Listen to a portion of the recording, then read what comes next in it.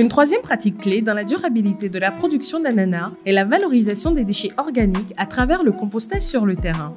Enfin, une nouvelle pratique a été introduite pour valoriser des grandes quantités de déchets organiques et résoudre les défis de la faible teneur en matière organique des sols. Au lieu de brûler les résidus de production, ceux-ci peuvent être compostés sur le terrain, réamendés et enrichissant ainsi les sols de manière durable. La gestion des déchets constitue jusqu'à ce jour un problème majeur pour les producteurs et les producteurs continuent de brûler ces déchets in situ dans les champs alors que leur valorisation pourrait contribuer à la gestion durable de la fertilité des sols. Les déchets organiques sont collectés et entassés sur des lits recouverts d'un film plastique. Cela garantit que les températures peuvent augmenter suffisamment grâce au compostage et que la désinfection peut avoir lieu correctement.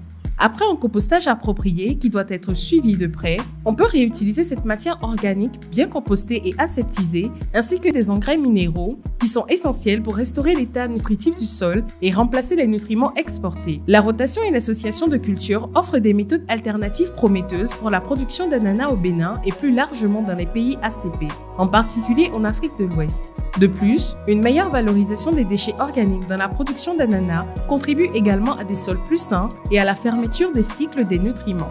Ces pratiques agricoles permettent de gérer les maladies et les ravageurs, de conserver le nutriment du sol, de diversifier les revenus des agriculteurs et améliorer l'utilisation de l'espace et la fertilité du sol. En adoptant ces méthodes alternatives, les producteurs d'ananas peuvent améliorer leur résilience, leur durabilité environnementale et leur rentabilité. Il est donc crucial de promouvoir et de soutenir ces pratiques dans les pays ACP et fournissant aux agriculteurs les connaissances et les ressources nécessaires pour les mettre en œuvre avec succès dans les conditions locales. Il convient de noter que cette vidéo est un résumé des étapes clés de l'association et la rotation d'une culture spécifique dans une région et à un moment donné. Les étapes de mise en œuvre de ces méthodes peuvent varier en fonction des filières sélectionnées, des pratiques agricoles et des conditions locales. Il est recommandé de consulter des experts agricoles locaux ou des institutions agricoles pour obtenir des conseils spécifiques, car l'adaptation locale des théories et des pratiques est toujours cruciale pour le succès.